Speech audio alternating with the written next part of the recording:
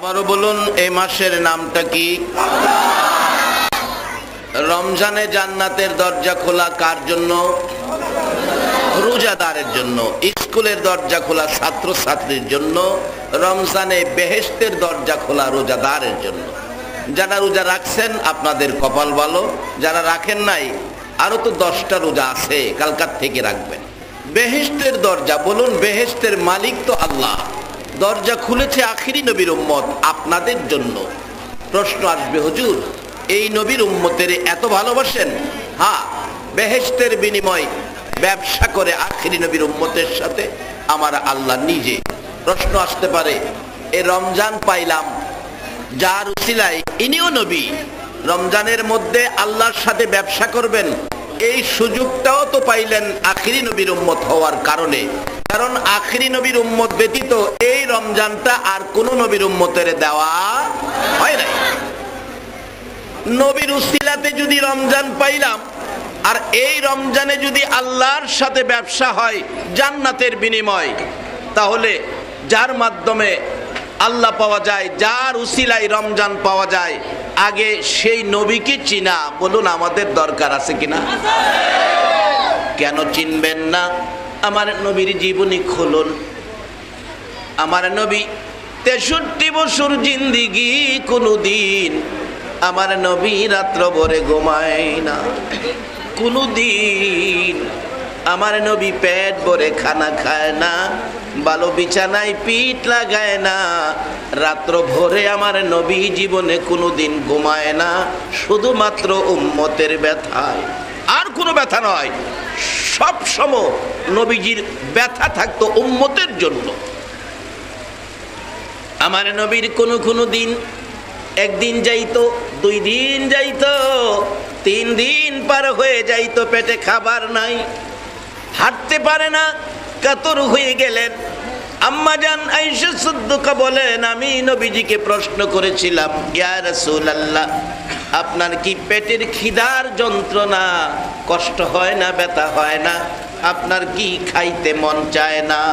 আমার নবী 2টা চোখের পানি গাল বেয়ে বেয়ে ছেড়ে দিলেন, আয়েশা রে, পেটের খিদায় কষ্ট হয়, আমার উম্মতের কথা যখন মনে হইয়া যায়, আমার পেটের খিদার কথা মনে থাকে না।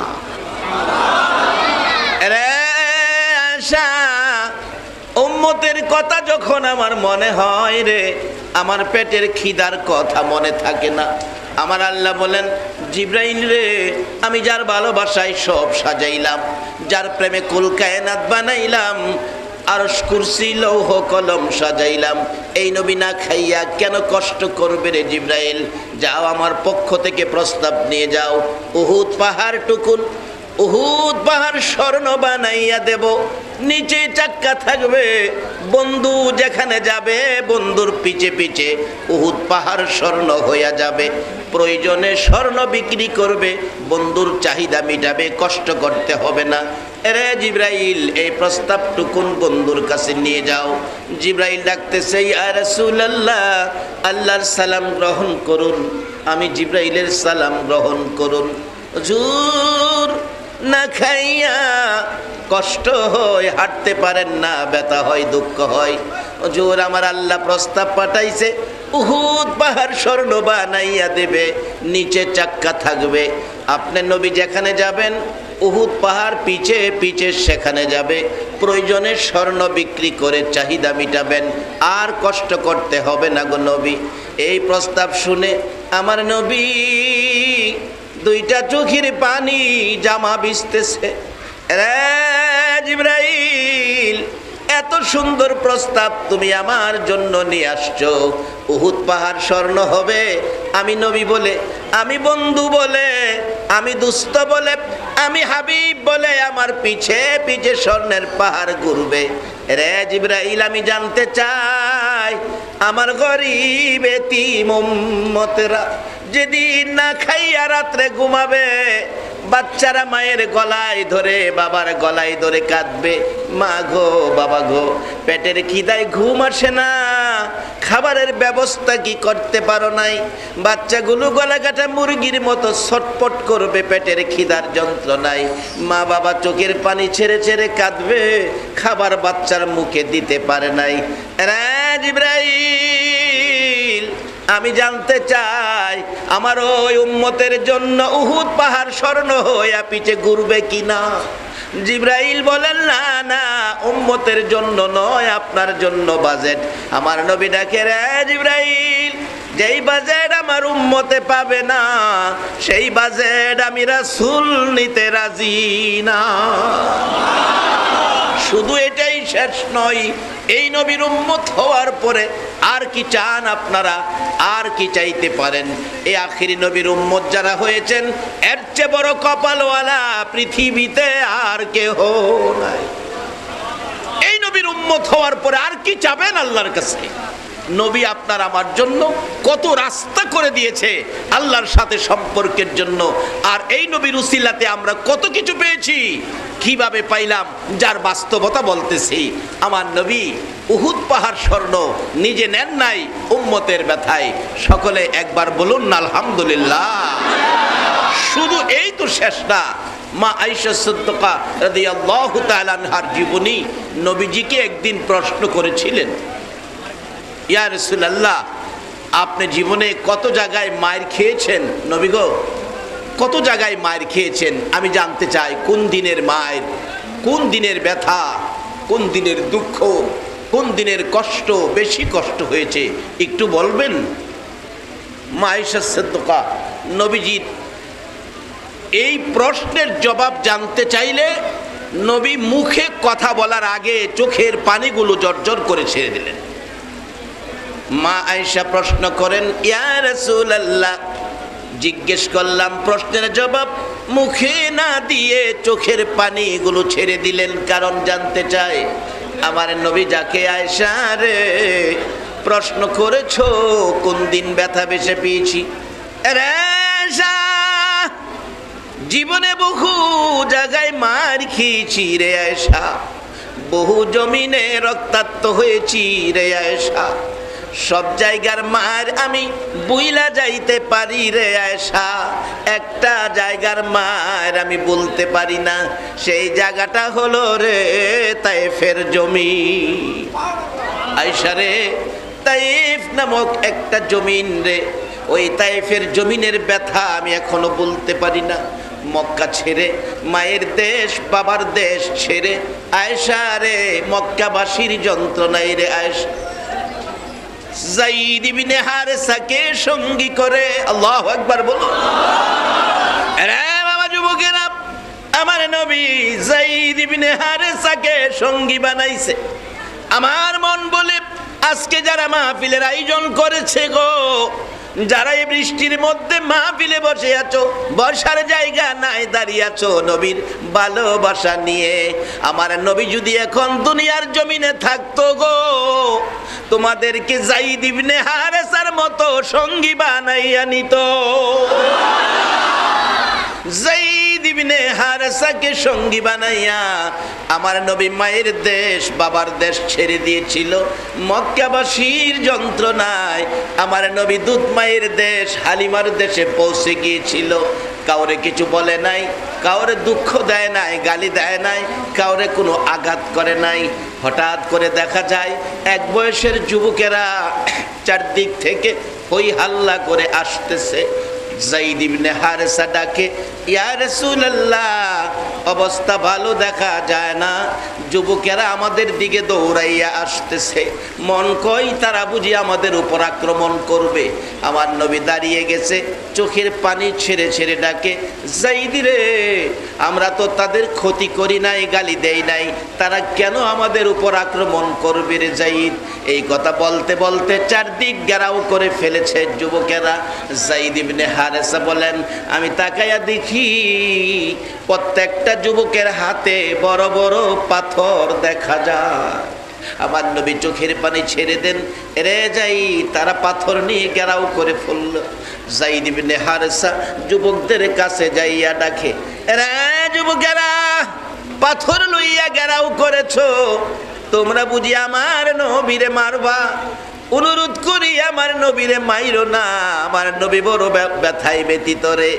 জীবনে কোনো দিন আমার নবী বাবা বলে ডাকতে পারে নাই রে। জীবনে কোনো দিন আমার নবী বাবার কোলে উঠে নাই রে, বাবার আদর পায় নাই, বাবার মুখ দেখে নাই রে। বলুন যার বাবা আছে সন্তানের বাবা আদর করে কিনা? এই আদরটুকুন তো নবী পায় নাই, তোরা আমার নবীরে মারিস না। আজকে যারা ফৌজদার হাটে চাকরি করেন, ঈদের ছুটিতে বাড়িতে যাবেন, ট্রেনেই যান আর বাসেই যান, রাস্তাঘাটে একটু সময় বেশি হয়ে গেছে, আপনার রেল স্টেশনে ট্রেন পৌঁছতে রাত্র 12টা বাইজা গেছে, বাস স্ট্যান্ডে বাস পৌঁছতে রাত্র 11টা বাইজা গেছে। যায়া দেখুন আপনার আমার বুড়া বাবা আপনার আমার জন্য রেল স্টেশনে রাত্র 12টা পর্যন্ত দাঁড়ায় আছে কিনা বলুন। বাস স্ট্যান্ডে বাবা আপনার আমার মায়ায় রাত্র 11টা পর্যন্ত দাঁড়ায় থাকে কিনা বলুন। সেই আদরটুকুন তো আমার নবী পায় নাই।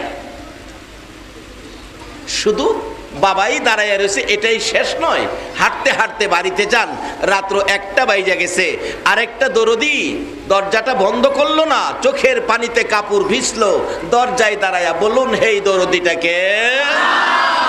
আজকে সেই মা বাবার জন্য দোয়া হবে, মা বাবা কেমন জিনিস সেটাও আলোচনায় আসবে। একটু কষ্ট হইতেছে কি আপনাদের? ঘন্টাখানিক সময় দিতে রাজি আছেন? আল্লাহ তুমি কবুল করো, সকলে বলুন আমিন। মহব্বতে আরেকটু দুরূদ শরীফ পড়ুন, আল্লাহুম্মা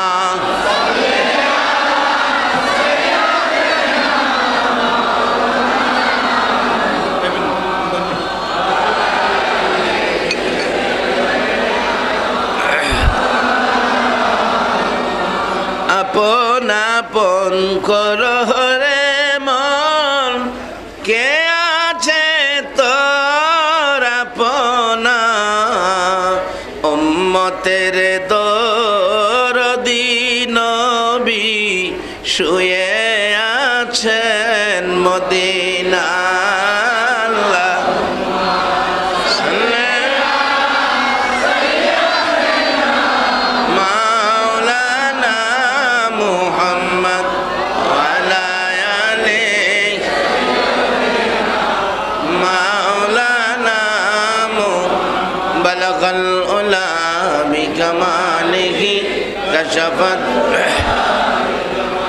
হাসনাত জামিউ খিসালিহি সাল্লাল্লাহু। ও ফৌজদার হাট এলাকার মা বোনেরা, মাঘো তোমরাও কান পাতিয়া শোনো গো মা, কারণ যেই ঘরে রঙের শাড়ি পরে বউ হইয়া ঢুকছো, এ ঘর থেকে তোমাকেও একদিন সাদা কাফন পরাইয়া বিদায় করে দিবে। তুমি আখির নবীর উম্মত হয়ে যদি কবরে যেতে পারো, আল্লাহর সাথে সম্পর্ক করে যদি কবরে যেতে পারো, তাহলে কবর তোমার জন্য কি হবে আসতেছি সামনে। আসুন আলোচনায়। আমি বলছিলাম আমরা আখিরি নবীর উম্মত, নবী আমাদের জন্য কত কিছু আদায় করেছেন আল্লাহর কাছ থেকে, একটাও নিজের জন্য নয়, আল্লাহর কসম সবগুলি উম্মতের জন্য। সেই নবীকে চিনা আমাদের দরকার আছে কিনা? সেই নবীর মাধ্যমে আল্লাহ পাবেন, সেই নবীর মাধ্যমে আল্লাহর রাস্তা পাবেন, সেই নবীর মাধ্যমে আল্লাহর জান্নাত পাবেন। বলতেছিলাম নবীর জীবনটা উম্মতের জন্য ব্যথা, উম্মতের জন্য ব্যথিত, উম্মতের জন্য কষ্ট। আমরা কি সে নবীর উম্মত হয়ে কিছু সময় কষ্ট করতে পারি না? আজকের এই বৃষ্টির ভিজা কষ্ট ওই রক্ত ভিজা সাহাবীদের সাথে কবুল হয়ে যাবে। কে আজকের মাহফিলের আয়োজক? কে বাবা তোমরা এত কষ্ট করে বৃষ্টির দিনে মাহফিলের আয়োজন করেছো? কেমন মা তোমাদেরকে পেটে রাখছে? নিশ্চয় তোমরা যেদিন মায়ের পেটে ছিলে, মা তোমরা পেটে থাকাকালীন একদিন হলেও কোরআন পড়ছিল, একবার হইলেও নবীর দুরূদ পড়ছিল। ওই তাসিরের সন্তানগুলো আজকের এই মাহফিলের আয়োজন করেছে। আল্লাহ তাদের মাহফিল কবুল করুক, সকলে বলুন আমিন। বলতেছিলাম যায়েদ ইবনে হারেসা ডাকতেছে, যুবকেরা রে, আমার নবীরে মারিস না রে, আমার নবীর বাবা নাই, বাবার আদর নবী পায় নাই, বাবারে দেখে নাই, বাবার কুলে নবী জীবনে কোনোদিন উঠে নাই, অথচ বাবা কত আদর করে। এই তো সামনে রোজার ঈদ আসতেছে, কত বাবা দেখছি 2 বছরের পুরান জামা গায়ে দিছে, 2 বছর ঈদগায় যাইতেছে, পয়সার অভাব, কিন্তু সন্তানেরে ঠিকই বাবা 2 বছরের পুরান জামা পয়সার অভাব ঈদগায় যাইতেছে, সন্তানেরে কিন্তু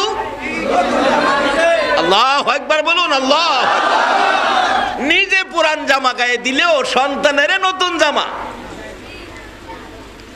ঈদগায় যায় জুতা নাই, খালি পায়ে, সন্তানের পায়ে ঠিকই জুতা আছে। এই বাবারে ভুলে গেলেন, এই মা কবরে ভুলে গেলেন।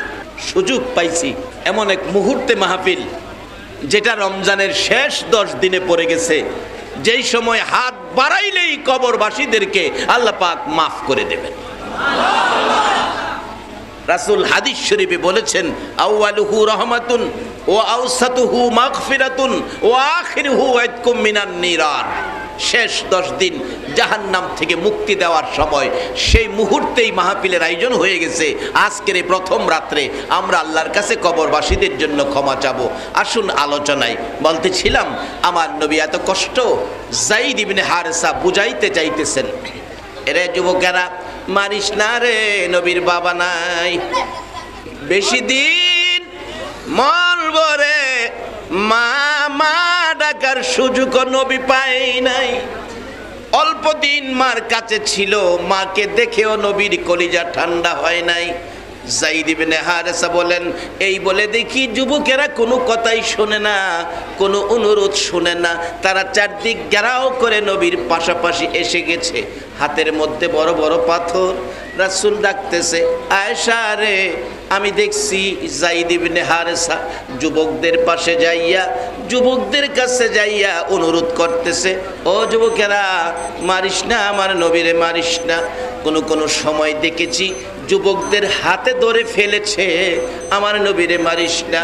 আবার কোন যুবকের পায়ে পড়ে গেছে রে, এরে যুবকেরা মারিস না রে, আমার নবীরে মারিস না রে। আয়েশা, হঠাৎ করে দেখি একটা যুবক পিছন থেকে ইশারা করে বলছে মারো। বলতে দেরি হয়েছে, চারদিক থেকে পাথর আসতে দেরি হয় নাই। কিছুক্ষণের মধ্যে আমার মাথা মুবারক ফাইটে গেছে, রক্ত মুবারক ঝরতেছে, আমার সারা শরীর ক্ষত বিক্ষত। আয়েশা রে, রক্ত মাখা হাত নিয়ে বলেছিলাম, যুবকেরা রে আমার আর মারিস না রে, আমি সইতে পারি না, আমি কি অপরাধ করেছি। অবশেষে মা আয়েশা সিদ্দিকার প্রশ্নের জবাবে রাসূল বলছেন, আয়েশা, ওই দিন আমার গায়ের জামাটা সাদা ছিল রে, কিছুক্ষণের মধ্যে দেখি আমার গায়ের সাদা জামা আর সাদা নয়, লাল লাল হয়ে গেছে। আমি বেহুশ হয়ে পড়ে গেছি, তারপরেও তারা আমারে মারে। এইভাবে একবার নয়, দুইবার নয়, আমাকে 3 বার করে বেহুশ করেছে রে আয়েশা। ওই তায়েফের জমিনের মার আমি রাসূল বলতে পারি না। আম্মা জান আয়েশা সিদ্দিকা বলেন, ইয়া রাসূলুল্লাহ, এত মায়ের এত কষ্ট তায়েফের জমিনে পেয়েছেন আয়েশা রে, তারপরও তারা আমাকে রেহাই দেয় নাই। 3 বার করে বেহুশ করে আমাকে রেখে তারা চলে গেলে যায়েদ ইবনে হারেসা আমাকে কুলে করে পাহাড়ের কিনারে নিয়ে বসাইলে আমার আল্লাহ সান্ত্বনা দিয়ে জিব্রাইল পাঠাইলেন, জিব্রাইল, আমার বন্ধুর কষ্ট আর আমি সহ্য করতে পারি না, বন্ধুর কানে খবর দাও। বন্ধু যদি অনুমতি দেয়, বন্ধুর গায়ে যারা হাত তুলেছে, বন্ধুকে যারা রক্তাক্ত করেছে, সাদা জামা লাল করেছে, বন্ধু অনুমতি দিলে তাদের বিচার হবে, তাদের দুনিয়ার থেকে বিদায় করে দেওয়া হবে। জিবরাইল আমার নবীর সামনে যাইয়া আমার নবীকে সান্ত্বনা দিতেছিলেন, ইয়া রাসূলুল্লাহ, আপনার গায়ে যারা হাত তুলেছে প্রতিশোধ নেব, বিচার করব, অনুমতি দেন, অনুমতি চাই। আমার নবী ছোট্ট ছোট্ট সুরে ডাকে, জিবরাইল রে, অনুমতি চাস, বিচার করবে। রে জিবরাইল, আমি নবী বিচারের নয়, প্রতিশোধের নবী নয়। তারা আমাকে চিনে না বলে আমারে মারছে রে, এই মাইরের বিনিময় আমি চাই না রে জিবরাইল। অনুমতি যখন পেয়েছি আমার কথাটুকুন শোনো। রে জিবরাইল, আমার এই জামাটা সাদা ছিল রে, রক্তে লাল হয়ে গেছে, এই লাল জামাটা আমার প্রভুর দরবারে জমা রাখতে চাই। হাসরের জমিন যেদিন কায়েম হবে রে, আদা তুফরে সূর্য নেমে আসবে। রে জিবরাইল, আমার উম্মতেরা নবী কই বলে চিৎকার মারবে।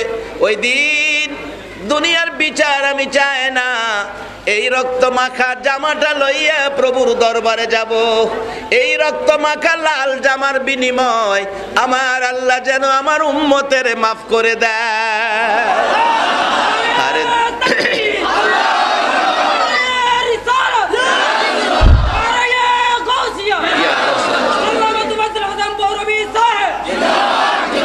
মাশাআল্লাহ, জিন্দাবাদ জিন্দাবাদ নবীর সেনা, জিন্দাবাদ জিন্দাবাদ জিন্দাবাদ নবীর।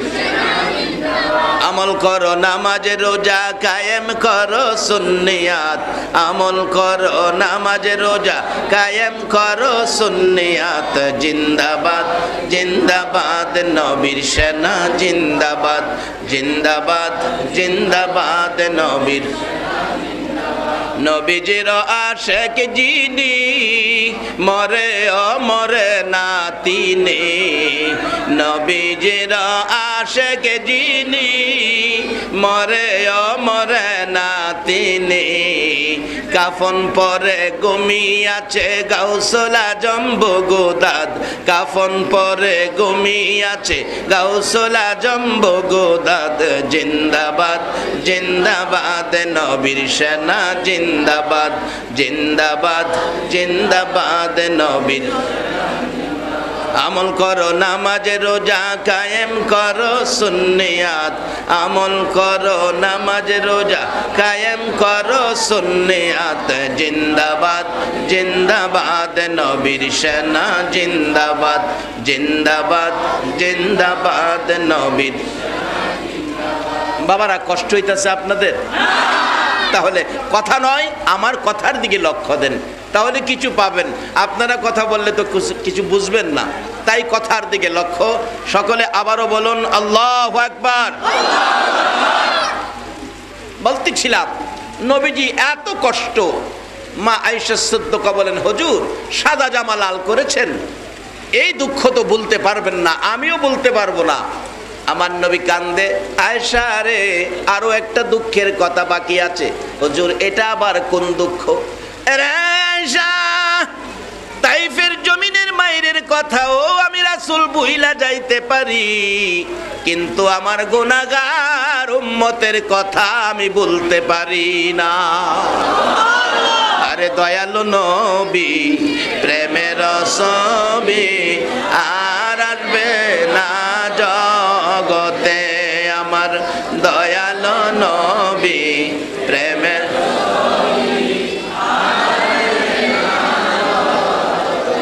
হাসর দিনে উম্মত বিনে, হাসর দিনে উম্মত বিনে যাবে না নবীজি বেহেশতে।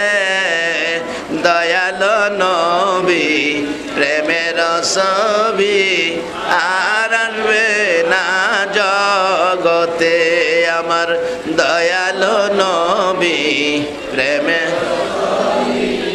আর আসবে না। 63 সাল জিন্দিগি কাছে বলে উম্মতি, 63 সাল কাছে বলে উম্মতি, এখনো কান্দে শুয়ে মদিনাতে নবী, এখনো কান্দে শুয়ে মদিনাতে। দয়ালু নবী প্রেমের ছবি আর আসবে না জগতে, আমার দয়ালু নবী প্রেমের।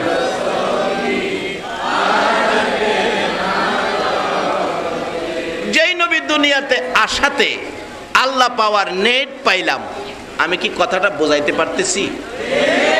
আল্লাহ পাওয়ার নেট পাইলাম, মাহে রমজান পাইলাম, জান্নাতের দরজা খোলা পাইলাম।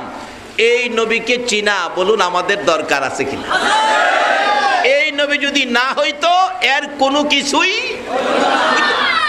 প্রশ্ন আসবে, হুজুর নবীরে কেমনে চিনতাম? নবী তো আমাদের কাছে নাই। আসলে নবী আমাদের কাছে না থাকলেও আবার নবী আমাদের কাছে। এই যে মাথায় টুপি দিছেন, টুপিটা কার সুন্নত বলুন? এই তো নবী এখানে।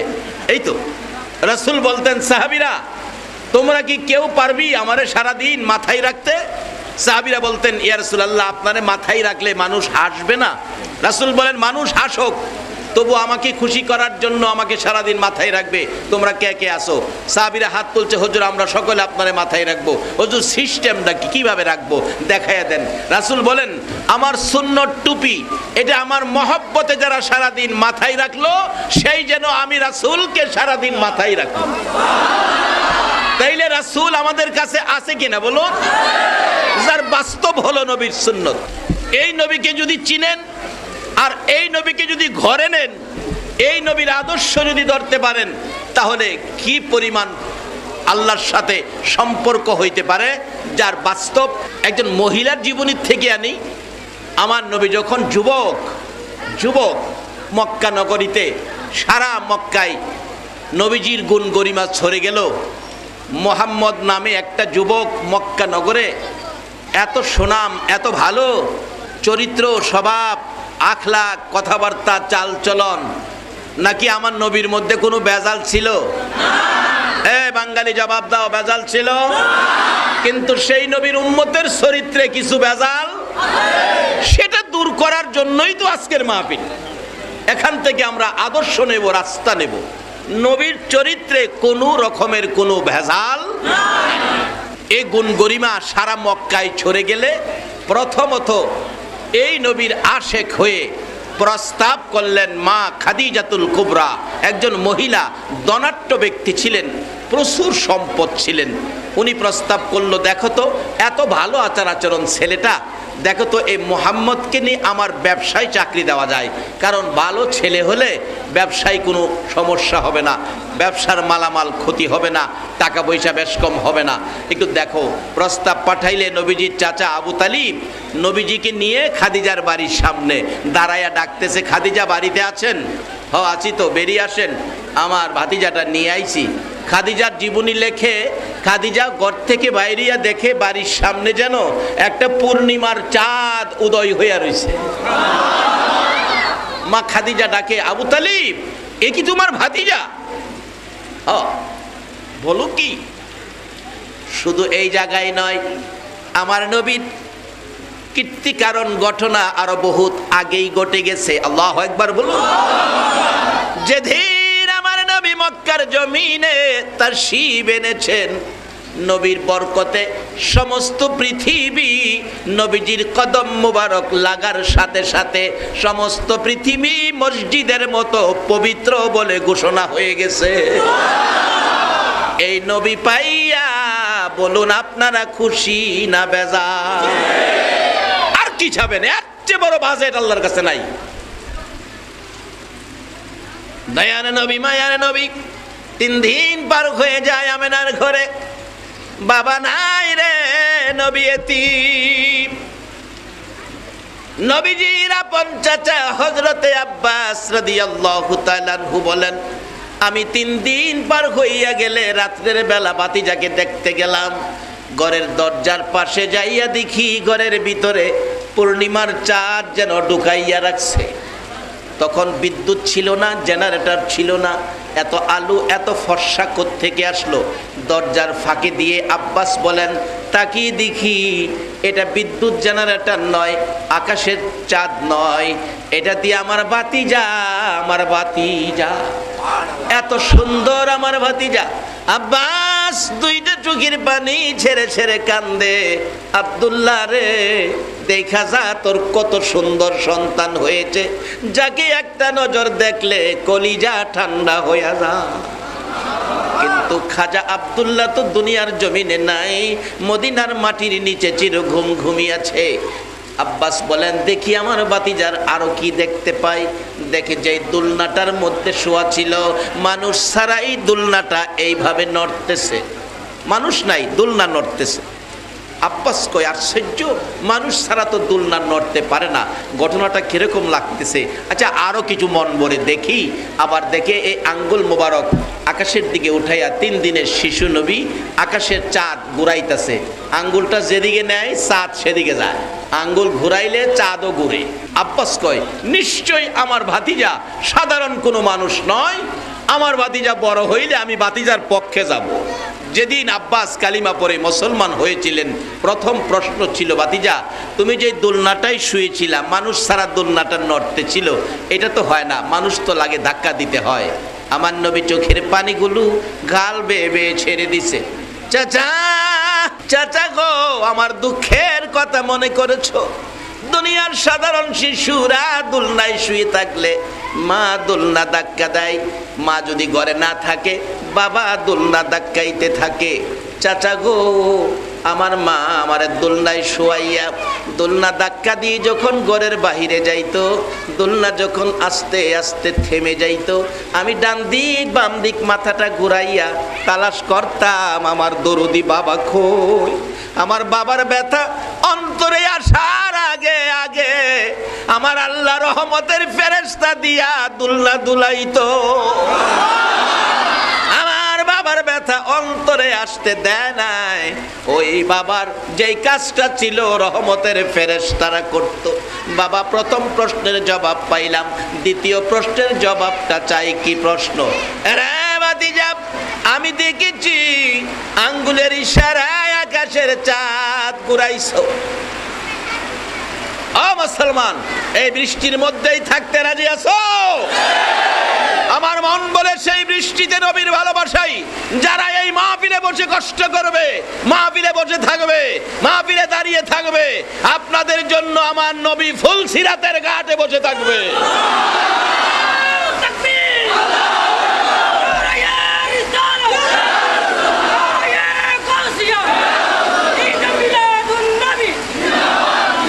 আল্লাহুম্মা সাল্লি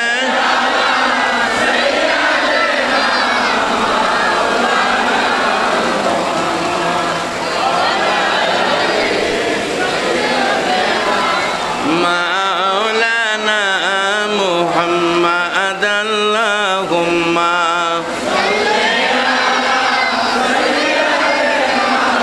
মাওলানা মুহাম্মাদ ওয়ালা মাওলানা। আপন আপন করহ রে মন, কে আছে তোর আপনা। উম্মতের দরদি নবী শুয়ে আছেন মদিনা। আল্লাহুম্মা সাল্লি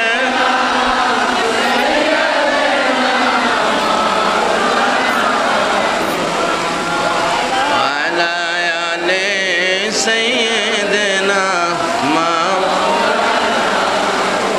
بلغ العلا بكماله كشف الدجى بجماله حسنت جميع خصاله صلوا নবীর চাচা হযরত আব্বাস বলেন, হ্যাঁ বাবা, দ্বিতীয় প্রশ্ন বাকি রয়ে গেছে। কি প্রশ্ন? আমি দেখেছি আকাশের পূর্ণিমার চাঁদ আঙ্গুলের ইশারায় ঘুরাইছো, পৃথিবীর কেউ পারে নাই, আর কেউ পারবেও না। কিভাবে তুমি এই কাজটা করেছো আমি জানতে চাই। আমার নবী ডাকে, চাচা গো, আমার দুঃখের কথাগুলো মনে করে দিয়েছো। ও চাচা, দুনিয়ার জমিনে সাধারণ শিশুরা জন্মগ্রহণ করার পর মা আদর করে, বাবা আদর করে গো চাচা। বাজার থেকে বাবা ফুল কিনে আনে বাচ্চার জন্য। বাচ্চা যে বিছানায় শুয়ে থাকে ওই বিছানার উপর ফুলটা ঝুলাইয়া রাখে। বাচ্চারা ফুল দেখে ফুলের সাথে খেলে, একটু বড় হইলে ও আ শব্দ করে, আর একটু বড় হইলে হাত নাড়াইয়া ফুল ধরে খেলতে চায়। চাচা, মক্কার জমিনে এমন একটা ফুল কিনার মতো আমার কেউ ছিল না। আমি নবী যখন ফুল নিয়ে খেলার ইচ্ছা করতাম গো চাচা, আমার আল্লাহ আকাশের পূর্ণিমার চাঁদ আমার জন্য ফুল বানাইয়া ঝুলাইয়া রাখতো। এত ভালোবাসতেন যেই নবীকে, সেই নবী তো আজকে আমাদের নবী, আমরা সেই নবীর উম্মত। আমাদের জন্য কত কিছু বাজেট করেছেন নবীর উসিলাতে, সেই বাজেটগুলি কিভাবে নেব আসতেছি সামনে। আসলে বৃষ্টিটা বেশি হইতেছে, বসার জায়গা পাইতেছে না, পানি। দোয়া করে দেব,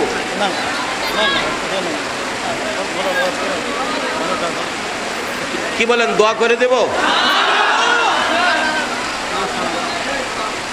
বৃষ্টিতেই ওয়াজ শুনবেন? আল্লাহ, এই বৃষ্টিতে ওয়াজ শোনার মুহূর্তটা, এই বরকতময় রমজানের এই সময়ে আল্লাহ তুমি নাজাতের ফায়সালা করে দিও। হাসরের ময়দানে যদি আর কিছুই আমাদের পছন্দ না হয়, নবীর ভালোবাসার বৃষ্টি ভিজা মাহফিলটাকে উসিলা করে আমাদের জন্য নাজাতের সাদা পোশাক পরায়া মসজিদের কোণার ওই চারপায়া খাটে শোয়া কবরে নিয়া শোয়া দিয়ে আসবে, আর কোনোদিন কেউ তোমার খবর নিবে না। বলুন, এই দিন আমাদের প্রত্যেকের সামনে আছে কিনা? এই উদ্দেশ্যে তো রাসূল আমাদের একটু উপদেশ দিয়ে গেছেন। উপদেশটা কি? কাফা বিল মাউতি ওয়াইজান, একটা ওয়াজ যথেষ্ট, তুমি মৃত্যুর কথাটাকে স্মরণ করো। আচ্ছা বলুন, আমরা সকলেই একদিন মরতে হবে কিনা? তাতে কারো কোনো আপত্তি আছে? যাই হোক, আসুন আমরা নবীর কথা মাইনা কিছু রোজগার আজকে এই মাহফিল থেকে করে নেই। এবার আমার নবীর পরিচয় কিভাবে পাবেন, পরিচয় কিভাবে নেবেন? মা খাদিজাতুল কুবরা রাদিয়াল্লাহু তাআলা আনহার জীবনী বলেন, আমি ঘর থেকে বেরিয়ে দেখি আকাশের পূর্ণিমার চাঁদ যেন আমার ঘরের সামনে উদয় হয়ে রয়েছে। জিজ্ঞেস করলেন, ও আবু তালিব, এ কি তোমার ভাতিজা? ও, তোমার ভাতিজা? যা শুনছি সব চেহারার মধ্যে আছে।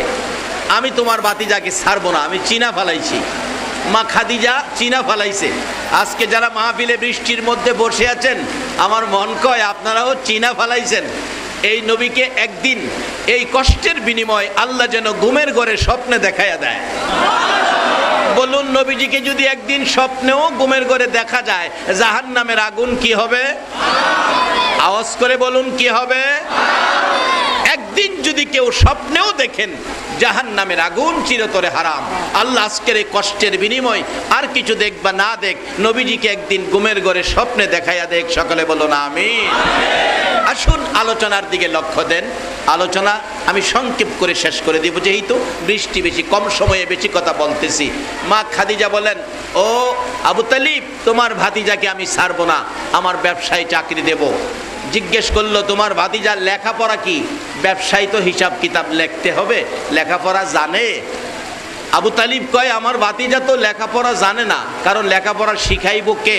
নবী তো, ভাতিজার তো বাবা নাই, অল্প বয়সে মা মারা গেছে, লেখাপড়া শেখানোর কেউ নাই, কাজেই লেখাপড়া জানে না। আচ্ছা, আপনাদের ধারণা কি নবী কি লেখাপড়া জানে না? আল্লাহু আকবার বলুন, আল্লাহু আকবার। নবী যেই ভার্সিটিতে লেখাপড়া করছে, এই ভার্সিটি ছাত্র একজন, শিক্ষক একজন, ছাত্র একজন। ছাত্র হলো নবী মুহাম্মাদুর রাসূলুল্লাহ, শিক্ষক হলো লা ইলাহা ইল্লাল্লাহ। যেই ভার্সিটিটা মক্কাতে, যার নাম জাবালে নূর, যে ভার্সিটির নাম জাবালে নূর, ওই ভার্সিটিতে ভর্তি হওয়ার কোচিং সেন্টার পৃথিবীতে নাই। একজনই ছাত্র, একজনই শিক্ষক। ক্লাস চলছে 27 বছর। কয় বছর? ক্লাস, এটাই ফার্স্ট, এটাই লাস্ট। এই ক্লাসের শিক্ষা এটাই ফার্স্ট, এটাই লাস্ট। 27 বছর। বলতেছিলাম, তাদের ধারণায় নবী লেখাপড়া জানে না, আপনাদের ধারণা কি? যাই হোক, খাদিজা বলে, আবু তালিব, লেখাপড়া লাগবে না, একটা চাকরি আছে লেখাপড়া ছাড়াই করতে পারবে। সেই চাকরিটা হলো রাখাল। মরুভূমিতে বেড়া বকরি দুমবারে ঘাস পানি খাওয়াইবো, লেখাপড়া লাগবে না। আবু তালিব বারবার বাতিজার দিকে চায়। আমার বাতিজাটা এতিম, বাবা নাই মা নাই বলে আমি চাচা হইয়া এই মরুভূমিতে এমন একটা কষ্টের চাকরি বাতিজারে দিতে পারি না। আমার নবী বারবার বলে, চাচা আমি পারবো, আপনি অনুমতি দেন। চাচা আপনি অনুমতি দেন, আমি পারবো। চাচার অনুমতি চায়। নবী কি শিক্ষা দিল? ও যুবক, লক্ষ্য দাও কথার দিকে। নবীর আদর্শ কত সুন্দর। চাচার অনুমতি ছাড়া চাকরি করবে না, চাচার অনুমতি চায়। আর বর্তমান সময়ে কিন্তু বাপের অনুমতিও। মা খাদিজা কয়, ও আবু তালিব, লেখাপড়া লাগতো না, আমি সিনালাইছি। সকলের ভাগ্যে হয় না বাবা, সকলের ভাগ্যে হয় না। কত মানুষ বাসায় ঘুমায় রয়েছে, কিন্তু মাহফিলে আসার সুযোগ পাইছে না। মা খাদিজা বলেন, মরুভূমিতে চাকরি, লেখাপড়া লাগে না। আবু তালিব কয়, খাদিজা, আমি চাচা হইয়া ভাতিজার উপর এত বড় একটা জুলুম, মা নাই বাবা নাই বলে আমি করতে পারি না। চাচা করতে পারে না, ভাতিজা ডাহে, চাচা আমি পারবো তো, আমি পারবো, আপনি অনুমতি দেন। বাপের অনুমতি নেয় না। আর নবী কি শিক্ষা দিছে? চাচার অনুমতি। ওখানে তো বাপের অনুমতি নিব দূরের কথা, বিয়া শাদিটা করলে বাপ ফেরে আরো গড়তে কি করে। কিন্তু নবী রাসূলের শিক্ষা কি? চাচারকে পর্যন্ত গুরুত্ব দিতে হবে, চাচার সাথেও কোনো কাজে পরামর্শ করতে হবে। বাপ তো আরো ঊর্ধ্বে। যার বাস্তব শুধু আমার নবীর জীবনী না, হযরত ইব্রাহিম আলাইহিস সালামের জীবনী খুলুন। ইব্রাহিম আলাইহিস সালাম সিরিয়া থাকে, ইসমাইল আলাইহিস সালাম মক্কায়। বিয়ে করছে, বিয়ে করে চিঠি লিখছে, বাবা বিয়ে করছি, বউ দেখা যাও। ইব্রাহিম আলাইহিস সালাম ঘোড়া চালায়া, বুড়া মানুষ, মক্কায় পৌঁছে ঘরের দরজায় ডাকতেছে, ইসমাইল বাড়িতে আছো? ইসমাইল, ছেলের বাড়িতে বাবা আইছে, কত আনন্দের কথা। ও ইসমাইল বাড়িতে আছো? দরজা খোলো। ঘরের ভিতর থেকে ছেলের বউ ডাকে, কে তুমি এত বড় দুঃসাহস আমার স্বামীরে নাম লইয়া ডাহ? ইব্রাহিম আলাইহিস সালাম কয় কি রে, আমার ভুলারে আমি রাহি দুঃসাহস বলে? এটা তো গরম গরম দেখা যা। মাগো তোমার পরিচয়? আমি ইসমাইলের স্ত্রী। ইব্রাহিম আলাইহিস সালাম কয়, বাবা রে বাবা, স্ত্রী বলে? ইসমাইল কই? বাড়িতে নাই। আইবো এখন? কইতারি না। মা আমি তো বুড়া মানুষ, বহু দূর থেকে আইছি, দরজাটা খোলো, আমি ক্লান্ত হয়ে গেছি, আমি একটু ঘরে বসি, একটু রেস্ট করি, নাস্তা পানি খায়। ঘরের স্ত্রী জবাব দেয়, দরজা খোলা যাবে না। ইব্রাহিম আলাইহিস সালাম কষ্ট পাইছে ছেলের বউয়ের এই ব্যবহার। ঘরের বাহির থেকে কয়, বৌমা ইসমাইল আসলে বইল, বহু দূর থেকে একজন বুড়া মুসাফির আসছিল, বড় কষ্ট পাইয়া গেছে। ইসমাইলে কইও চৌকাটটা বদলাই লাইতো। বাবার নির্দেশ, চৌকাট বদলাইতো। আর ওখানে স্ত্রীর নির্দেশে বাবারে বাইর করে দেয়। জানি ওয়াজ করলে রাগ হইবেন, আগামীতে দাওয়াত দিতেন না, এই তৈব না দেন নাই,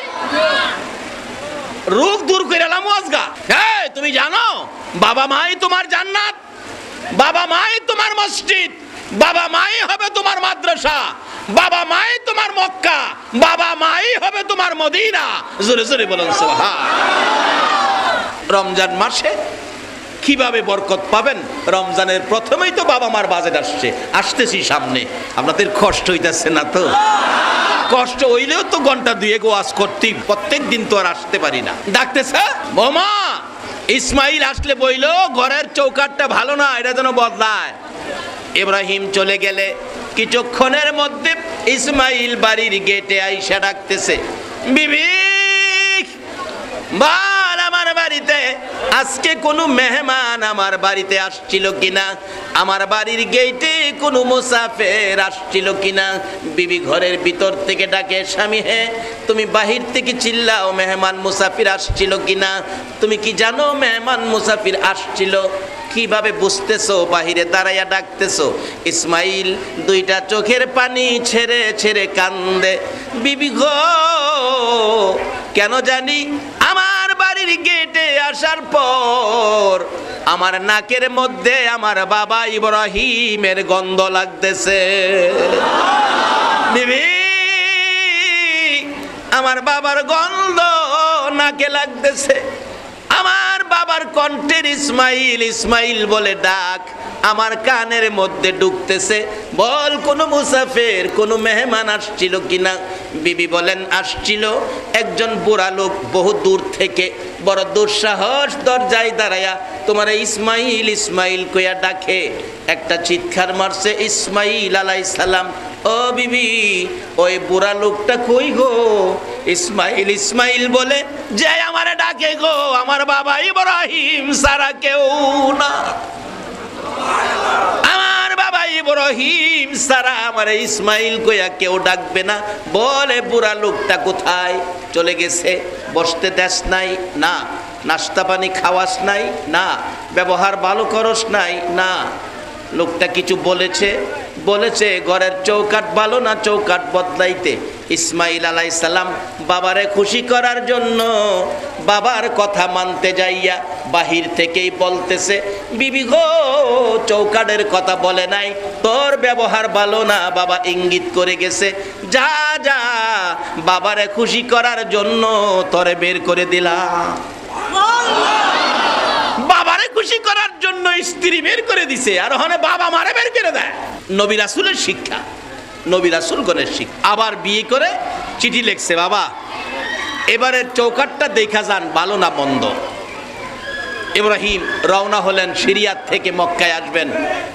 অবশেষে বিবি সাহারা বাধা দিলেন, স্বামী যাইও না, বুড়া মানুষ কষ্ট করে যাইবা, ছেলের বউ দরজা খুলে না, যাইও না। ইব্রাহিম আলাইহিস সালাম চোখের পানি ছেড়ে দিলেন, বিবি বাধা দিস না, আমার ছেলেটাকেও তো আমার দেখতে মন চায়, আমি একটু দেখে আসি, বাধা দিস না। সাহারা বলেন, অনুমতি দিতে পারি, গোড়ার থেকে মাটিতে ফাও লাগাইতে পারবা না, একটু দেরি করতে পারবা না, একটা নজর দেখে আবার চলে আসবা। যাও, তাই করব। আবারও পরের দিন যায়া ওই বাড়ির গেটে ডাকতেছে, ইসমাইল বাড়িতে আছো? ইসমাইল। ওই পরের বিবিটা একটু ভালো, উনি বলতেছেন, কে গো তুমি এত সুন্দর করে, এত সুন্দর করে আমার স্বামীর নাম লইয়া ডাকো, নামে তো বোঝা যায় তুমি আপনজন হইবা, আপনজন। ইব্রাহিম আলাইহিস সালাম মনে কিছুটা শান্তি পাইলেন, এবারের বউটা মনে ভালো। মা তুমি কে? আমি ইসমাইলের স্ত্রী। ইসমাইল কোথায়? ঘরে নাই। বাবা আমার পরিচয় নিলেন, আপনার পরিচয় দেন। ইব্রাহিম আলাইহিস সালাম খুশিতে বললেন, মা গো আমি তো তোমার স্বামী ইসমাইলের কলিজার টুকরা বাবা ইব্রাহিম খলিল। এই কথা বলতে দেরি একটা চিৎকার মেরে দরজাটা খুলে দিয়ে পায়ে পড়ে গেছে, বাবা কেমন আছেন? বাবা গোড়ার থেকে নামেন, ঘরে আসেন। ইব্রাহিম খুশি, আর বৌমার দিকে তাকিয়ে বলতেছেন, বৌমা নামতে পারবো না, গোড়ার থেকে তোমার বড় শাশুড়ির নিষেধ, দেরি করতে পারবো না, চলে যেতে হবে। ডাকতেছে, ওই পরের বউ শ্বশুরের পায়ে পড়ে, শ্বশুর আব্বাজান নামেন, গোড়ার থেকে নামেন, আমি আপনাকে যেতে দিব না। প্রত্যেক দিন আমার স্বামী ইসমাইল ঘুমের ঘরে বসে বসে ইব্রাহিম ইব্রাহিম বলে কান্দে, বাবা বাবা বলে ডাকে, একটা নজর দেখার জন্য আমার স্বামী ইসমাইল পাগল পাগল হইয়াছে, ইসমাইলের সাথে দেখা না করে আপনাকে যেতে দিব না। গোড়ার থেকে নামেন। মাগো তোমার শাশুড়ির সাথে কথা দিয়ে আসছি, আমি তো মাটিতে পাও দিতে পারবো না। বৌমা ডাকতেছে, বাবা মাটিতে পাও দেওয়া নিষেধ? তাহলে আমি মাটিতে নামাবো না, আপনি একটু অপেক্ষা করেন। কিতাব লেখে, বড় একটা পাথর ধাক্কাইয়া ধাক্কাইয়া দরজার কিনারে নিয়ে বলছে, বাবা গো শাশুড়ি মা মাটিতে নামতে নিষেধ দিয়েছে, পাথরের মধ্যে তো নামতে নিষেধ দেয় নাই, পাথরের মধ্যে নামেন, নামেন। সুবহানাল্লাহ। এই যাইতে বউ আছে, হান আরো করতে বাইর করে দেয়। মাগো তুমি যদি তোমার শ্বশুর শাশুড়িরে বাইর করে দাও, তাহলে তুমিও অপেক্ষায় থাকো, তোমারেও বাইর করবো, আইতাছে। এক বেটা কিছুদিন আগের ঘটনা, বাবারে হাত পাও বাইদা পিটাইছে, এখন তার ছেলে কয়, বাবা তুমি যে আমার দাদারে হাত পাও বাইদা পিটাইছো, আমি গেলাম দেখছি, আমিও গেলাম তোমারে পিটাম। আসলে হ্যাঁ ফানানি, ফানা হইছে না? বাবা আদর করেন মা বাবারে। মা বাবার চেহারার দিকে তাকাইলে একটা কবুল 60টা উমরা হজের নেকি পাওয়া যায়। এ রমজানের বরকত 3 কিসিমের ব্যক্তি পাবে না, 3 কিসিমের ব্যক্তি রমজানের বরকত পাবে না। এর মধ্যে একজন হলো যারা বুড়া মা বাবার খেদমত করে না। যেই হোক, লম্বা ঘটনা আমি সংক্ষেপ করে আনছি, মেন আলোচনায় যাচ্ছি। এবার ইব্রাহিম আলাইহিস সালাম ঘরের ভিতরে পাথরে দাঁড়াইলেন, কিছু নাস্তা পানি খাওয়াইয়া বিদায় দিলেন, চলে গেলেন। ইব্রাহিম বলতেছে, ও মা, ইসমাইল আসলে বইল এবারে চৌকাঠ ভালো, এটা যেন জীবনে না বদলায়। ইব্রাহিম কিছুক্ষণ পরে চলে গেলে ইসমাইল তো আবারও এসে গেছেন বাড়ির গেটে। আয়সা আগের মতো ডাকতেছে, বিবি বল, আমার বাড়ির গেটে কোনো মুসাফির, কোনো বুড়া মানুষ আসছিল? বিবি বলেন, হ্যাঁ আসছিল তো। কই, কোথায় রাখছস? কে সেই মুসাফিরটা? তুমি কিভাবে বুঝতেছো মুসাফির আসছিল? যে তোমার কাছে কেমন মনে হইতেছে, কে আসছিল বলো তো? ইসমাইল বলে, মন খয় আমার বাবা ইব্রাহিম খলিল আসছে। কিভাবে জানো? আমার কাছে বাবার চেহারাটা চোখের সামনে বেশি উঠতেছে। বিবি বল, কে আসছিল? বিবি জবাব দেন, স্বামী গো আসছিল গো বাবা ইব্রাহিম।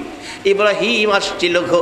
একটা চিৎকার মারছে ইসমাইল, কই রে আমার বাবা কই? দে আমি মন ভরে আগে বাবারে দেখি, 12টা বছর হইছে রে বাবারে দেখি না। আমার নবী বলেছে, উম্মতেরা রে, মা বাবার চেহারার দিকে যদি একটাবার মায়ার নজরে তাকাও, একটা কবুল 60টা উমরা হজের নেকি পায়া যাইবা। বলুন আমার নবীর কথা সত্য না মিথ্যা? নবীর কথা মানা আমাদের দরকার আছে কিনা? নবীর কথা মানবে যারা হবে জান্নাতি।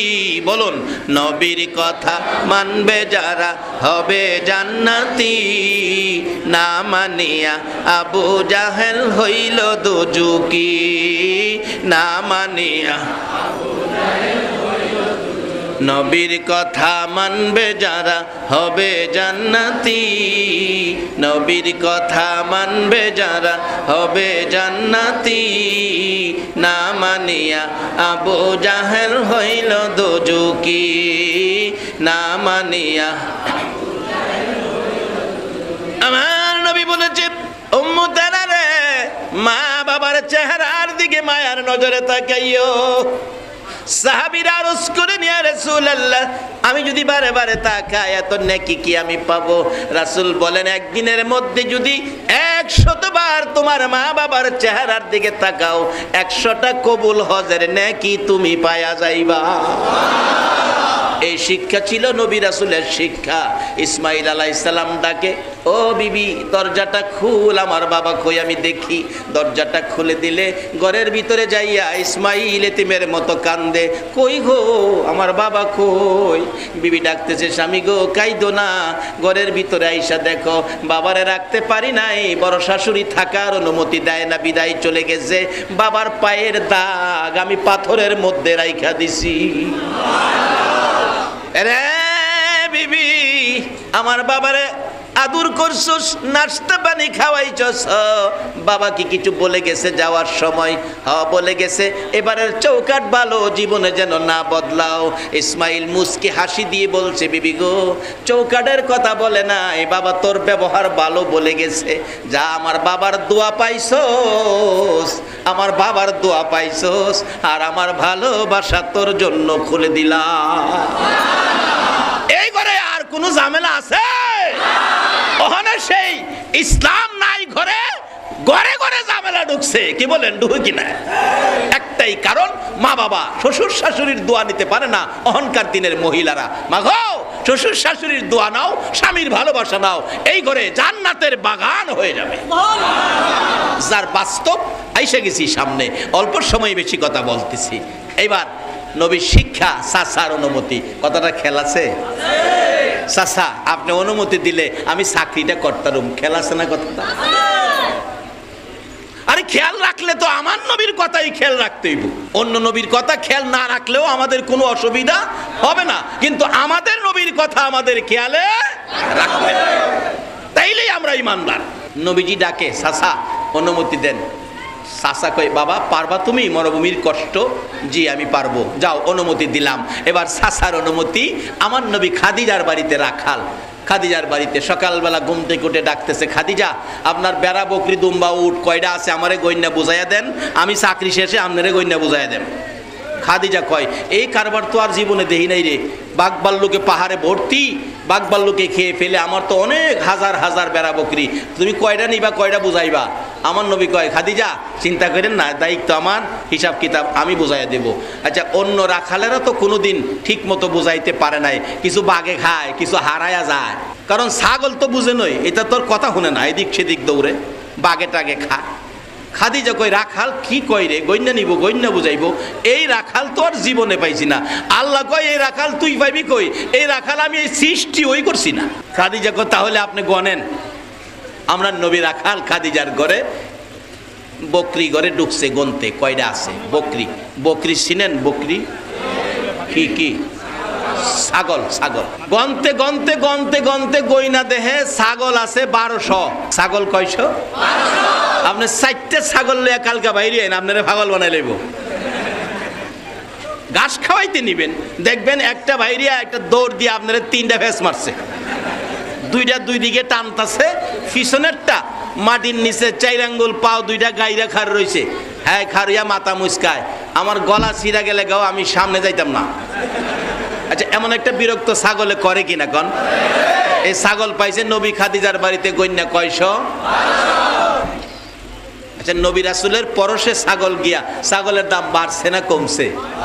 আচ্ছা কন তো, মহিষ কন, গরু কন, দেশি মুরগ কন, ফার্মের মুরগ কন, ছাগল কন, গোশতের দাম সবচেয়ে বেশি কোনটা? খাসি ছাগলের গোশত। 1200 খাদিজা 1200 পাইছি 1200। খাদিজা কই জানি লেখাপড়া জানে না, আবার দিলে হেও সুবহানাল্লাহ কইতেন না? এই নবীর পক্ষে আছে কে?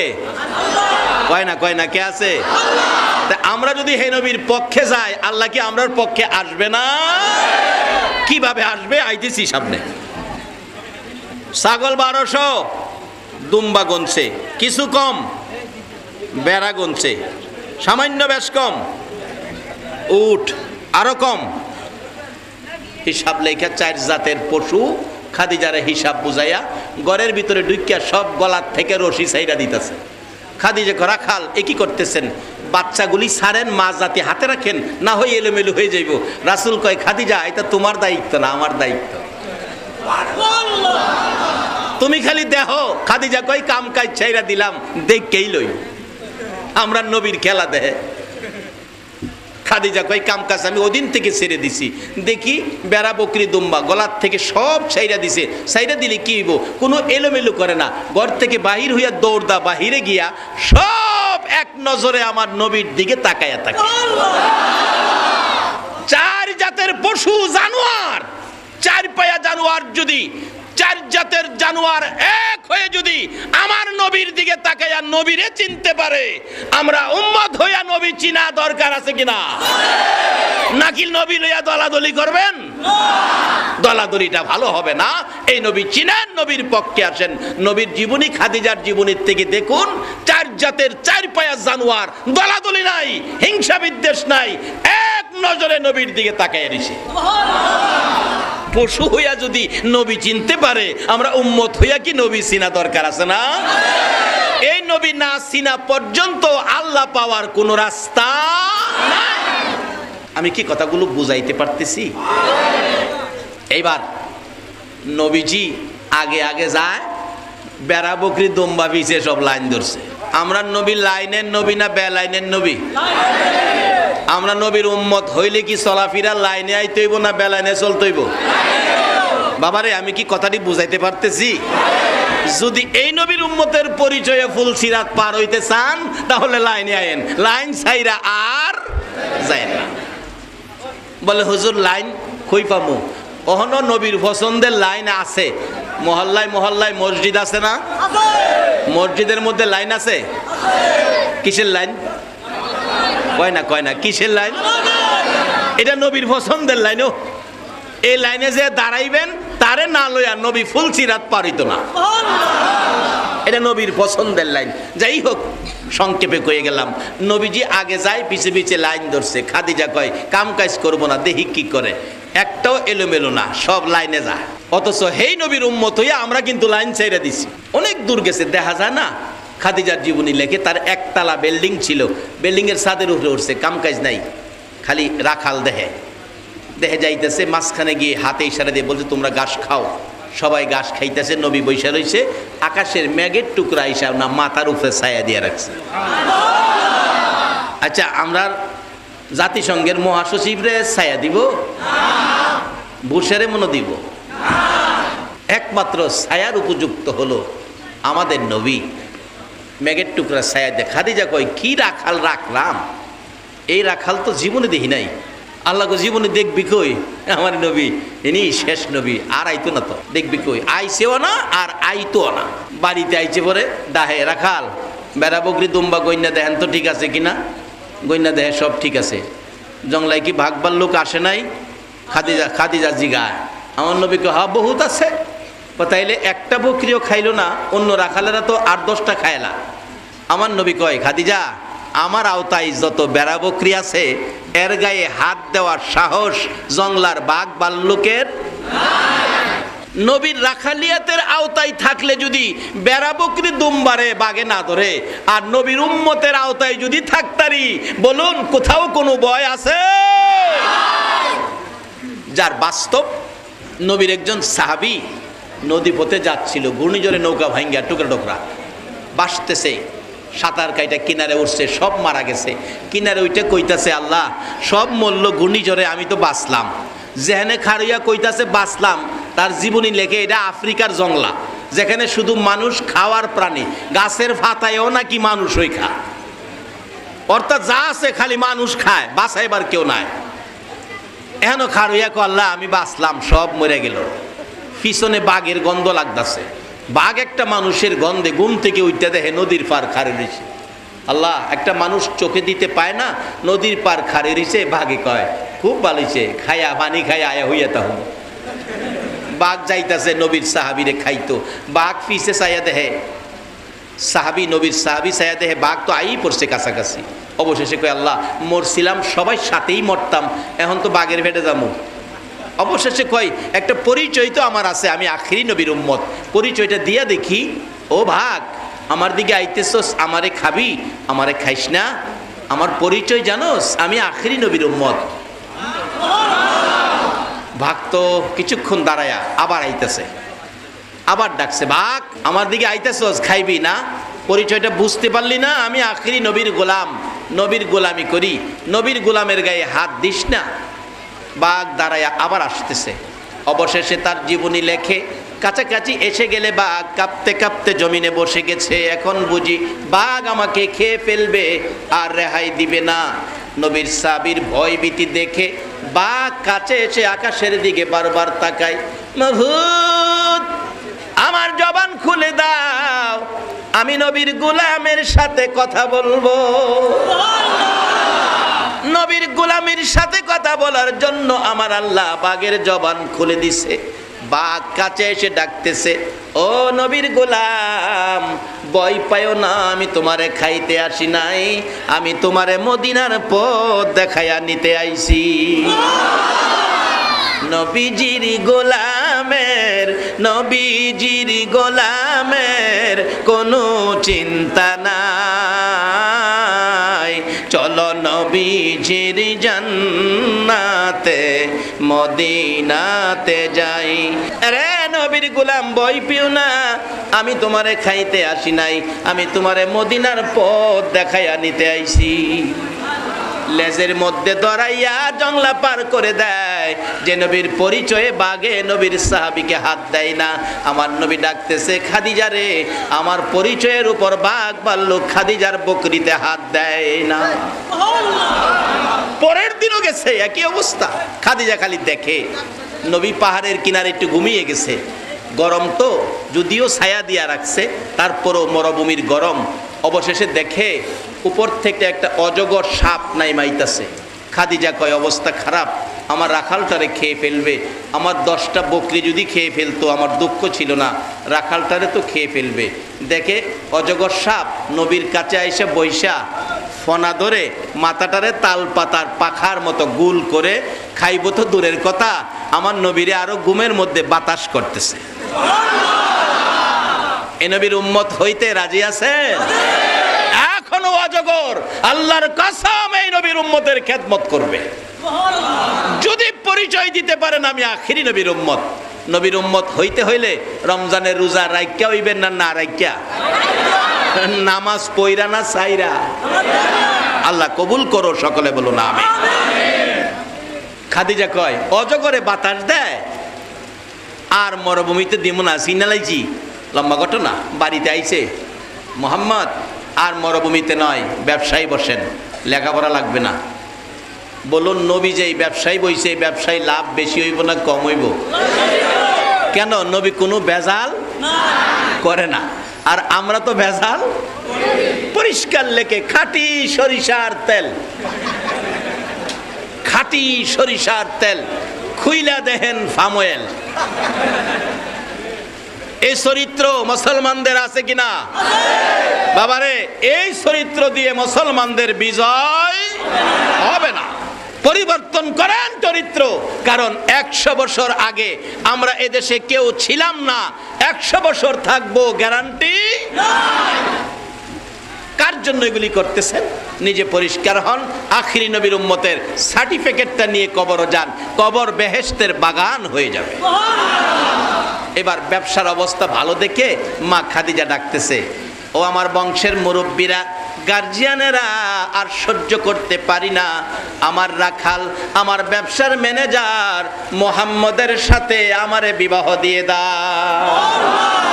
মা খাদিজা আগে আমার নবীরে সিনা ফালাইছে, নবীর মাধ্যমে আমার আল্লাহর সাথে সম্পর্ক কিভাবে হয়েছে এটাই হবে আমার শেষ কথা।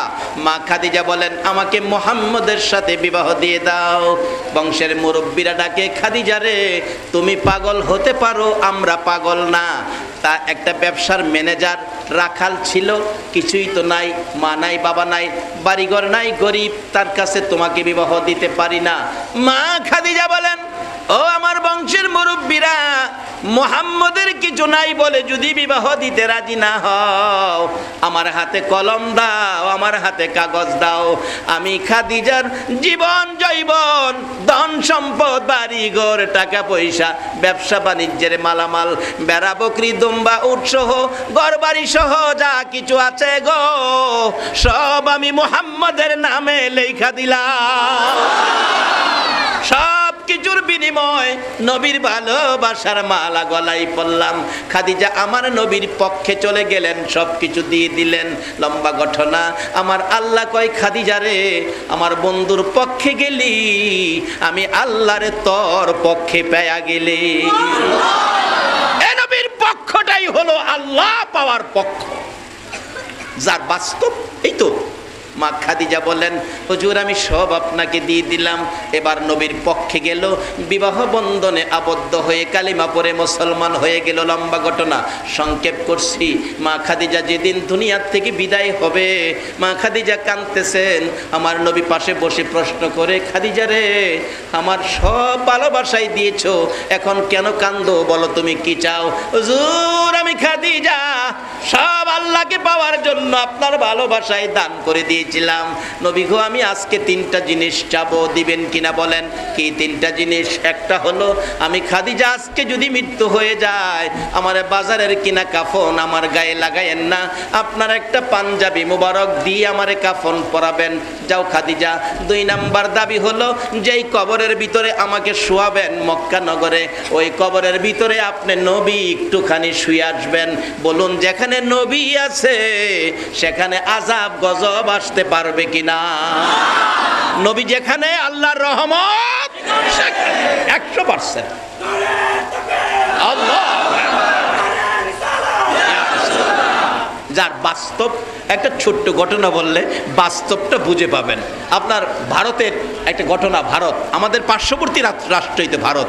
ভারতের একজন ব্যক্তি ছিলেন ঠাকুর, যার নাকি 16 কোটি হিন্দু যারে দেবতার মতো পূজা করত, যার নাম ডক্টর শিব শক্তি। ডক্টর শিব শক্তি একদিন ঘরে আমার নবী হাজির হয়ে গেছে। নবী গিয়া ডাহে, ডক্টর শিব শক্তি, বহুত নেতাগিরি দেখাইছস, আমি রাসূল আইছি তোরে কালিমা পড়াইতাম। নবী যেখানে রহমত সেখানে। ডক্টর শিব শক্তি কয়, হুজুর অহনার নেতাগিরি দরকার নাই, যারে পাইছি ইনি বড় নেতা। হুজুর আমি আর দেরি নয়, এখন আমারে কালিমা পড়াইয়া মুসলমান বানায় দেয়। ডক্টর শিবশক্তি তো মুসলমান, সকালে ঘুম থেকে উঠে অন্যদিন সূর্যের পূজা, গাছের পূজা, তুলসী পূজা, আজকে কোনো পূজা টুজা করে না, দরজা ওই খুলে না। আর যেই ঘরে নবী আয়া গেছে, ডক্টর শিবশক্তির বিবি নাস্তার টাইমে নাস্তা বানায়া দরজায় ধাক্কাইতাছে, ঠাকুর কর্তা দরজা খুলেন। দরজা খুলছে, কি ব্যাপার, পূজা টুজা ছাইরা দিলেন, নাস্তা খাইতেন না? বিবি পূজা কেমনে করবো, ঘরের দিকে ছায়া দেখ। বিবি ছায়া দেহে গড়টা রহমত বরকতে ভরপুর, বেহেশতের বাগান হয়ে রয়েছে। বিবি ডাকতেছে, স্বামী বলো আজকে তোমার ঘরে কি কোনো মহান অতিথি আসছিল? ডক্টর শিবশক্তি কয়, বিবি গো, আমার ঘরে মদিনার কামলেওয়ালা নবী আসছিল, আমার কালিমা পড়াইয়া মুসলমান বানাইয়া গেছে। তাই নাকি? তাহলে তোমার ভাগ্য ভালো। যাই হোক, হিন্দু হও আর মুসলমান হও, নাস্তা তো খাইতেইব, নাস্তাটা খাও। ডক্টর শিবশক্তিকে, বিবি তোমার হাতের নাস্তা আমি আর এখন খাইতে পারি না, কারণ আমি যে মুসলমান, মাত্র মুসলমান হইছে, বিবি হিন্দু মনে কইরা বিবির হাতে খায় না। আর আমরা কবের মুসলমান, এরপরও গেলাম যা ভাই। বাবা একটু হিসাব করে খাইবেন, বেজাল খাইয়েন না, এই দেহটাকে পরিষ্কার রাখেন। ডক্টর শিবশক্তি মাত্র মুসলমান হয়েছে, অন খায় না। বিবিও কয়, আমিও তোমারে না খাওয়াইয়া ছাড়তাম না, এতদিনের মহব্বত এই কতক্ষণে ভাঙ্গা দিবা? জোর কইরা মুখের মধ্যে খাওন দিতে চাইতেছে, কিন্তু ডক্টর শিবশক্তি খাইতে রাজি না, মুখ বন্ধ করে রাখছে। তালা মারছি, খাইতাম না। অবশেষে ডক্টর শিবশক্তির বিবি ডাকে, স্বামী ভয় পায় না, খাও খাও। আমিও গোপন রাখতে পারলাম না গো, যেই সময় আমার নবী আপনারে কালিমা পড়াইয়া মুসলমান বানাইছে, যাওয়ার পথে আমারেও কালিমা পড়াইয়া গেছে। ডক্টর শিবশক্তি দুইটা হাত বাড়াইয়া ডাকে, বিবি গো আয় আমার বুকে আয়, তোর কপাল ভালো আমারও কপাল ভালো, আমরা যারা মুসলমান হয়ে গেছি। ডক্টর শিবশক্তি বিবিকে নিয়ে আনন্দ করেন মুসলমান হওয়ার কারণে। বলুন, আমরা যারা আখিরি নবীর উম্মত, আপনাদের মনে আনন্দ আছে কিনা? এই নবীর উম্মত হওয়ার পরে এর চেয়ে বড় কিছু পাওয়া, এর চেয়ে বড় কপালওয়ালা হওয়া পৃথিবীতে আর কোনো সুযোগ নাই। ডক্টর শিবশক্তির উপযুক্ত মেয়ে ছিল, মেয়ে দৌড়ায় গেছে, বাবা তুমিও খুশি, মাও খুশি, ঘটনা কি? ডক্টর শিবশক্তির মেয়ে প্রশ্ন করলে জবাব দেয়, বাবা মাগো আমি তো মুসলমান হয়ে গেছি নবীর হাতে। মা কয়, আমিও মুসলমান হয়ে গেছি নবীর হাতে। মেয়ে মা বাবার গলায় ধরে কয়, মা আমার খবর জানো, তোমরা রে কালিমা পড়াইয়া নবীজি যাওয়ার সময় আমারেও কালিমা পড়াইছে। এই আলোচনা নারায়ণগঞ্জের গলাচিপাই যখন পেশ করলাম, আলোচনা শেষে একটা হিন্দু যুবক দৌড়ায় স্টেজে এসে কালিমা পড়ে মুসলমান হয়ে গেছে। আসুন বলুন, আমার নবী যেখানে, আল্লাহর রহমত সেখানে। এটার বাস্তব হলো ডক্টর শিবশক্তির জীবনী। মা খাদিজা বলছে, ইয়া রাসূলুল্লাহ আমার কবরে আপনি একটু শুয়ে আসবেন। যাও খাদিজা, শুয়ে আসবো। 3 নাম্বার প্রশ্ন, আমারে কবর শুয়াইয়া মুনকির নকিরের সওয়ালের জবাব আপনি নবী আমার পক্ষ থেকে দিবেন। যাও খাদিজা। কথা মতো তাই করে কবরের পাশে বসে আছেন নবীজি, মক্কার ঘটনা বলছি। কিন্তু মুনকির নকির তো খাদিজার কবরে আসে না। আল্লাহ পাক জিবরাইলকে পাঠাইলেন, জিবরাইল আমার বন্ধুর কানে খবর দাও, বন্ধু কেন বসে রয়েছে খাদিজার প্রশ্নের জবাব দেওয়ার জন্য। যেদিন খাদিজা জীবন জৈবন ধন সম্পদ সবকিছু নবীর ভালোবাসায় দিয়ে আমার নবীর পক্ষ গিয়েছিল, আমি আল্লাহ সেদিন খাদিজার পক্ষে গিয়েছি। নবীর পক্ষে খাদিজা গিয়েছে, আমি আল্লাহ খাদিজার পক্ষ নিয়েছি। আজকে মুনকির নকিরের সওয়ালের জবাব রাসূলের দিতে হবে না, আমি আল্লাহ নিজে আদায় করে দিয়েছি।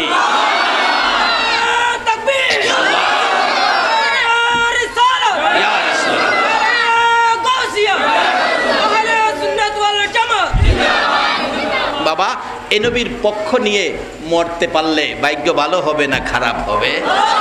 কোরআন শরীফে আল্লাহ বলছে, ওয়ালা তাকুলু লিমাই ইউকতালু ফি সাবিলিল্লাহি আমওয়াত। আল্লাহ বলছেন, আমার রাস্তায় যারা মৃত্যুবরণ করেছে তাদেরকে তোমরা মৃত কইও না, তারা জীবিত, তোমরা সেটা অনুভব করতে পারো না। আরেক জায়গায় বলছে, বাল আহিয়াউন ইনদা রাব্বিহিম ইরজাকুন। তোমরা যেমন দুনিয়ার থেকে খাইতেছো, আমি আল্লাহর রাস্তায় মৃত্যুবরণকারীরে কবরের মধ্যে খাওয়াইতাছি। সে আল্লাহর রাস্তা পাওয়ার জন্য একজনই ব্যক্তি, এ আল্লাহকে চিনার টাওয়ার হলো নবী মুহাম্মাদুর রাসূলুল্লাহ।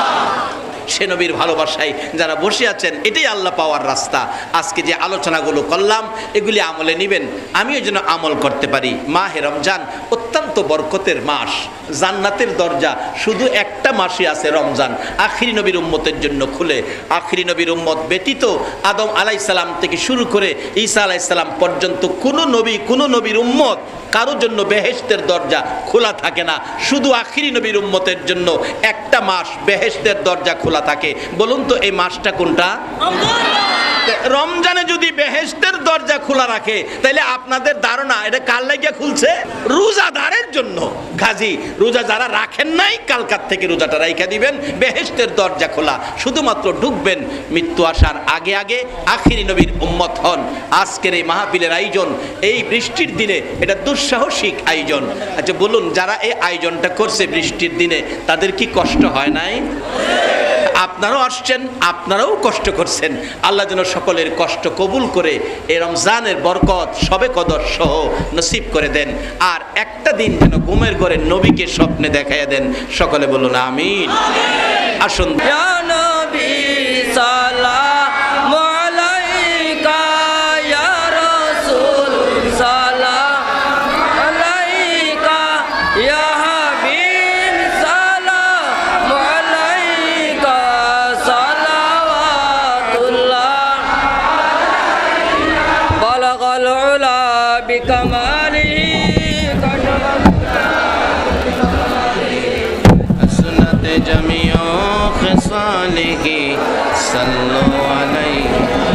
بلغ العلا بكماله كشف الدجى بجماله حسنت جميع خصاله صلوا عليه। এই শালম কই? শালম বাবারে, যাই হোক, আমি কমিটির এই যুবকদেরকে বলবো, তোমাদের লোক ভিতরে পাঠায় দাও 2-4 মিনিটের মধ্যে, যাতে সবাই হাতে আইসা যায়। যাও যাও বাবু, যাও, খালি দিয়েন না। রব্বির হামহুমা কামা রব্বায়ানি সগীরা। রব্বুল আলামিন, মাহে রমজান রহমতের মাস, বরকতের মাস, জান্নাতের দরজা খোলার মাস, গুনাহ মাফের মাস। প্রভু গো, সবে কদরের মাস, তোমার আদরের রোজাদার লইয়া হাত বাড়াইছি। মাবুদ, এ রোজাদার হাত বাড়াইলো, তুমি বলো এ হাতগুলি দেখে তোমার মায়া লাগে নি গো আল্লাহ? মাবুদ রে, বসার জায়গা পায় না, পানিতে দাঁড়াইয়া রইছে। তোমার এই আদরের বান্দার হাত দেখে তোমার দয়া লাগেনি? এই রমজান মাসে তোমার আদরের বান্দা লইয়া হাত বাড়াইছি। আল্লাহ গো, তুমি জিগাও না তোমার বান্দারা কেন হাত বাড়াইছে? আল্লাহ গো, তুমি জিগাও না গো কেন তারা হাত বাড়াইছে? আমার মন কই, এই জীবনে যে জানিয়া না জানিয়া, ইচ্ছা অনিচ্ছায়, প্রকাশ্যে গোপনে যা গুনাহ করেছি, আজকে রমজানের ইজ্জতে, এই মাহফিলের খাতিরে আমাদের সকলের জীবনের গুনাহগুলো ক্ষমা করে দাও। মাবুদ, ক্ষমা যে চাইলাম, তুমি ক্ষমা করছো নি গো আল্লাহ? তুমি যদি ক্ষমা না করো, বলো আমরা এ গুনাহ লইয়ার কার কাছে যাব গো আল্লাহ? আমরা আখিরি নবীর উম্মত, আমরা রে ফিরাইও না। এই বৃষ্টির মধ্যে কষ্ট করেছে আল্লাহ, তুমি কষ্ট কবুল করে আমরা রে ঘুরাইয়া দিও না। এই রমজানের ইজ্জতে, মাহফিলের খাতিরে, দুরূদ ও সালামের উসিলায় আমাদের সকলের জীবনের গুনাহগুলো ক্ষমা করে দাও। ইয়া আল্লাহ, জীবনের গুনাহ ক্ষমার আসার দরখাস্তের পর আর একটা দরখাস্ত করি, তুমি রাগ হইও না। মাবুদ, তুমি রাগ হইও না।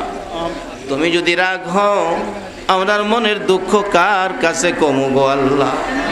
আমি জানি না, এই বৃষ্টির মধ্যে হাজার হাজার মানুষ বৈশার জায়গা নাই, দাঁড়াইয়া রইছে। এই কমিটির ভাইয়েরা বড় কষ্ট করে আয়োজন করেছে। আমাদের মধ্যে কার মনে জানি কি দুঃখ, কি ব্যথা আছে, কার জানি মনে দুঃখ মানায় রে মানায়। কার জানি মনে দুঃখ, বাবা নাই গো বাবা না। মাবুদ, যেই বাবা মাতার গাম পাতায় ফালাইয়া রোজগার করে সন্তানের মুখের খাবার জোগাইতো, যেই মা সন্তান কোথাও গেলে রাত্র 2টা বাইজা গেলেও দরজাটা খুইলা মা বিনাইয়া বিনাইয়া কান্ত। মায়ের অভাবী বাবার অভাবী কে জানি হাত বাড়াইছে রে, কার জানি এবারের ঈদের বাজারের কাপড় কিনতে যাইয়া মায়ের কাপড় কিনা চিরতরে বন্ধ হইয়া গেছে রে, কার জানি এবারের ঈদের কাপড়ের বাজারে বাবার পছন্দের সাদা লুঙ্গি কিনা বন্ধ হয়ে গেছে রে আল্লাহ। এই মা বাবা যার কবরে গো, আর দেরি করো না, এই মাহফিলের উসিলাই ওই সকল মা বাবার কবর জান্নাতের বাগান বানাইয়া দাও। যত নবীর আশিকান ঘুমিয়েছে সকলের কবর জান্নাতের বাগান বানিয়ে দাও। আজকের মাহফিলের আয়োজন যারা করেছে তাদের বংশধর যারা কবরে, সকলের কবর জান্নাতের বাগান বানিয়ে দাও। এই মাহফিলে যারা সাহায্য সহযোগিতা করেছে, বুদ্ধি পরামর্শ দিয়েছে, তাদের বংশধর যারা কবরে সবাইকে মাফ করে দাও। হ্যাঁ মাবুদ, আজকের মাহফিল তুমি কবুল আর মঞ্জুর করে নাও। এই মাহে রমজানের ইজ্জতে আমাদের সবাইকে তুমি এই মাহফিলের বরকত, রমজানের বরকত সবে কদর সহ নসিব করে দাও। আল্লাহ গো, আমরা এই পর্যন্ত যে বৃষ্টির মধ্যে কষ্ট করেছি, কত মানুষ বসতে পারে না, নিচে পানি দাঁড়াইয়া রইছে, এই মাসুম বাচ্চাদের কষ্ট কবুল করছো নি গো আল্লাহ। আল্লাহ, এই কষ্টের বিনিময় আর কিছু দাও বা না দাও, তোমার নবীরে একদিন ঘুমের ঘরে স্বপ্নে দেখাইয়া দাও। একদিন আমার নবীরে স্বপ্নে দেখাইয়া আমাদের কলিজা ঠান্ডা করে দাও। আর না হয় একদিন আমরা সোনার মদিনা লইয়া যাও। মনে বড় আশা ছিল। আহ, আল্লাহ কি কয় বান্দা, মনে বড় আশা। আল্লাহ গো, তোমার বান্দা কি কয় তুমি শোনো। সালাম আমি করব গিয়ে, আল্লাহু আকবার বলুন, আল্লাহু আকবার। সালাম আমি করব গিয়ে নবীজির রোজায়, মনে বড় আশা ছিল। আল্লাহ, তোমার বান্দার মনে আশা মদিনা যাইতো। আল্লাহ গো, মদিনা না দেখাইয়া সাদা কাফন গায়ে লাগাইও না। যে নবী উম্মত ছেড়ে আর সে গেল না, সিদরাতুল মুনতাহায় গেল না, জান্নাতুল ফেরদাউসে গেল না, সোনার মদিনার মাটিতে শুইয়া কান্দে গো। এই সোনার মদিনা না দেখাইয়া সাদা কাফন গায়ে লাগাইও না।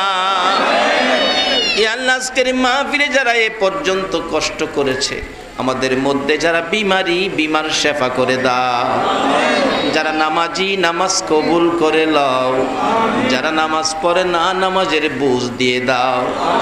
যারা রমজানে রোজা রাখছে গো, রোজা সহ সেহরি তারাবি কবুল করে লও। যারা রোজা রাখে না, বাকি রোজাগুলো রাখার তৌফিক দিয়ে দাও। আল্লাহ, রমজানের বরকত সবে কদর সহ নসিব করে দাও গো আল্লাহ। মাহফিল শেষে, মিলাদ শেষে যারা যেখানে যাবে সহি সালামতে পৌঁছাইয়া দাও। যতগুলো দরখাস্ত করলাম সবগুলো তুমি কবুল আর মঞ্জুর করে নাও। এখানে কি লিখছে? আর আমার নিজের লেখা গজলের বই। আল্লাহু তাআলা আলা খায়রি খালকিহি মুহাম্মাদি ওয়া আলা আলিহি ওয়া আসহাবিহি আজমাইন বিহাক্কি লা ইলাহা ইল্লাল্লাহু মুহাম্মাদুর রাসূল।